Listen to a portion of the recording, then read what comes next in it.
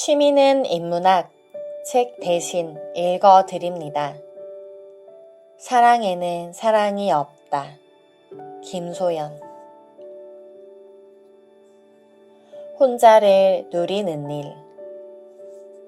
혼자 잠을 자고, 혼자 밥을 먹고, 혼자 영화를 보러 가는 그녀를 친구는 걱정스러운 눈빛으로 바라본다. 외롭지 않느냐고 조심스레 묻는다. 그녀는 친구의 질문을 곱씹는다. 외로운지 그렇지 않은지. 그러곤 대답한다. 외롭지 않다고. 외롭지만 참 좋다고. 친구는 그게 말이 되냐는 눈빛이다. 괴짜를 바라보듯 씩 웃으며 그녀를 본다. 그리고 연애를 해야 한다고 주장하기 시작한다.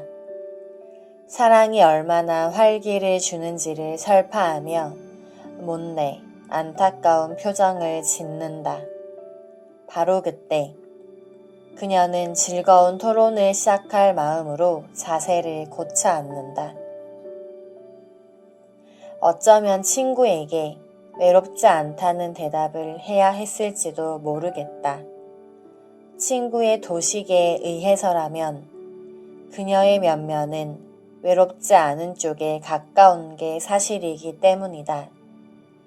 하지만 그녀는 정확한 대답을 하고 싶어서 외롭냐는 질문에 긍정을 할 수밖에 없다. 외롭다. 하지만 그게 좋다. 이 사실이 이상하게 들릴 수 있는 건 외로운 상태는 좋지 않은 상태라고 흔히들 믿어온 탓이다. 그녀는 외롭지만 그게 참 좋다.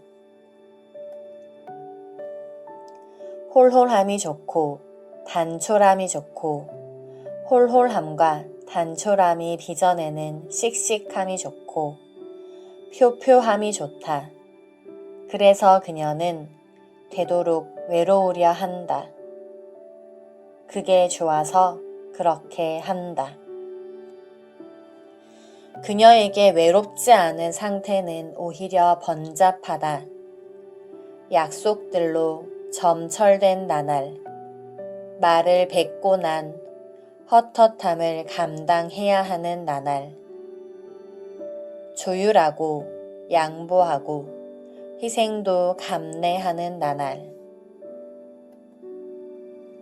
그녀가 가장 좋아하는 시간은 알람을 굳이 맞춰 놓지 않고 실컷 자고 일어나는 아침.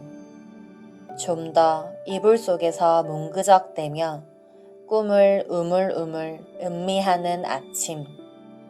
서서히 잠에서 벗어나는 육체를 감지하며 느릿느릿 침대를 벗어나는 아침이다. 찬물을 벌컥벌컥 마시고 사과 하나를 깎아 아삭아삭 씹어 과즙을 입안 가득 머금고 찬물을 데우고 커피콩을 갈아 까만 커피를 내려서 책상에 앉는 그런 아침이 좋다. 오늘은 무얼 할까? 영화를 보러 나갈까? 책을 읽다가 요리를 해볼까? 혼자서 자기 자신과 상의를 하는 일. 뭐가 보고 싶은지, 뭐가 먹고 싶은지를 궁금해하는 일. 그러면서 그녀는 소소한 마음과 소소한 육체의 욕망을 독대하고 돌본다. 외롭다. 그러나 오랜 세월 매만진 돌멩이처럼 그런 외로움은 윤기가 돈다. 롤랑 바르트는 이러한 시간을 매끈한 시간, 해야 할 일을 그만두게 할지도 모를 약속도, 해야 할 일도 없는 시간이라고 표현했다. 외로움이 윤기나는 상태라는 실감은 그녀에게 그리 오래된 것은 아니었다. 외로울 때면 쉽게 손을 뻗어 아무에 가까운 사람과 애인이 되었던 시절도 있었고, 외롭다는 사실과 마주치는 것이 두려워 늘 누군가와 연결되어 아무 말이든 나누어야 잠이 들 수 있던 시절도 있었고, 혼자서 식당에 찾아가 밥을 먹는 일이 도무지 어색해서 차라리 끼니를 굶던 시절도 있었다. 연락처 목록을 뒤져서 누군가에게 전화를 해야지만 겨우 숨을 쉴 수 있을 것 같은 나날도 있었고, 사람들에게 완전히 잊혀지는 게 두려워 누군가가 그녀를 생각하고 있다는 확인을 해야 안도가 되는 나날도 분명 있었다. 누군가와 연결이 되어야만 겨우 안심이 되던 그 시절들의 그녀는 사람을 소비했고 사랑을 속였고 그녀를 마모시켰다. 사랑을 할수록 누더기를 걸친 채로 구걸을 하는 거지의 몰골이 되어갔다. 사랑이 사람을 그렇게 만들었다기보다는 자기 자신의 허접하고 경박한 외로움이 사랑을 그렇게 만들었다. 서로를 필요로 하며 부르고 달려오며 사랑을 속삭였던 시간들은 무언가를 잔뜩 잃고 놓치고 박탈당한 기분을 남기고 종결됐다.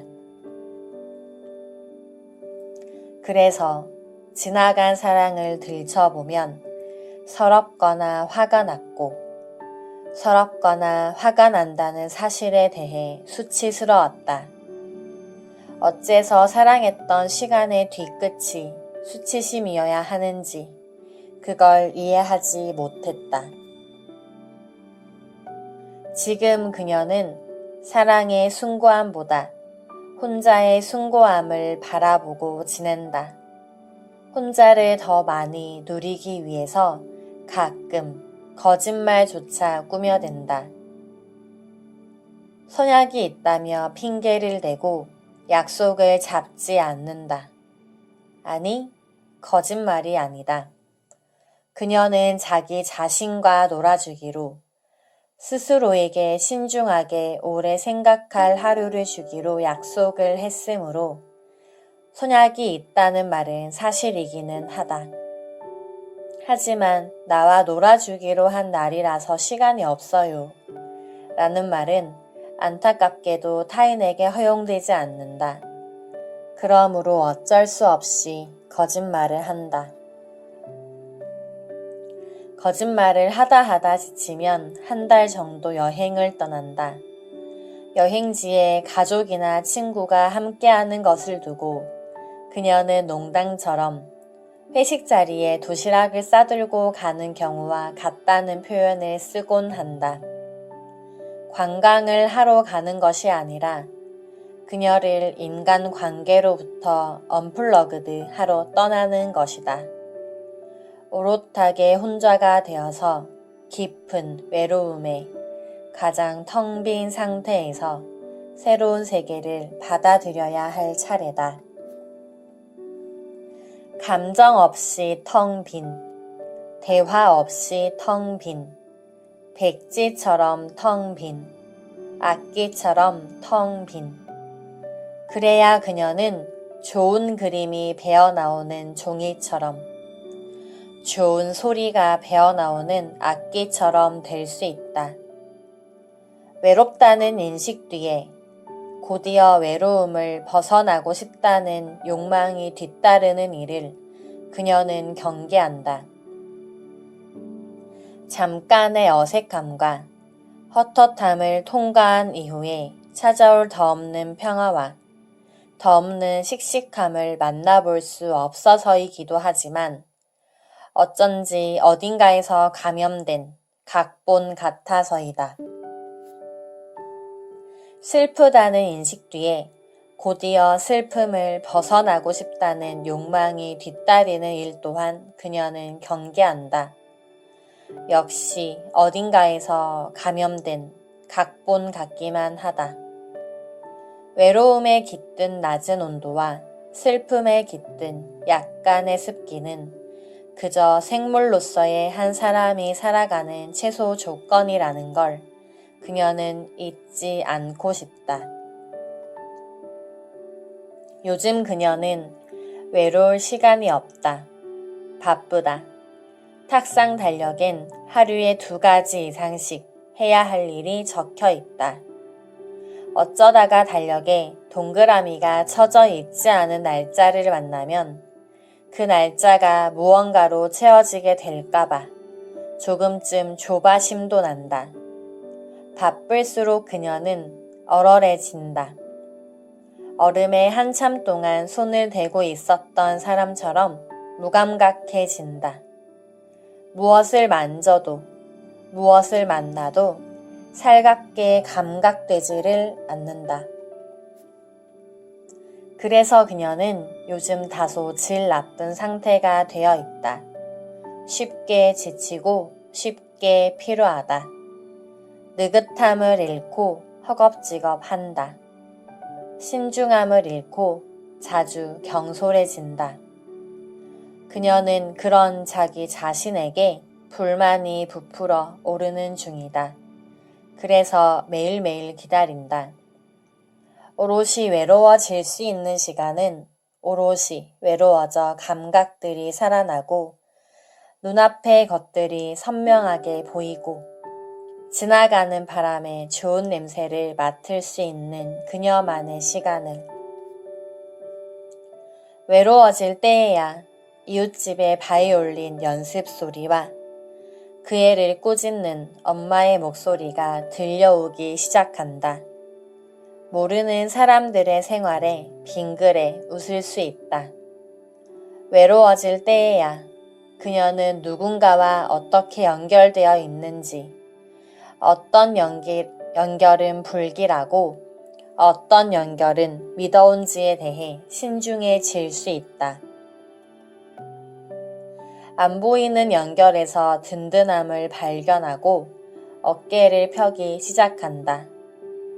골목에 버려진 가구들, 골목을 횡단하는 길고양이들, 망가진 가로등, 물 웅덩이에 비친 하늘 같은 것들이 눈에 들어온다.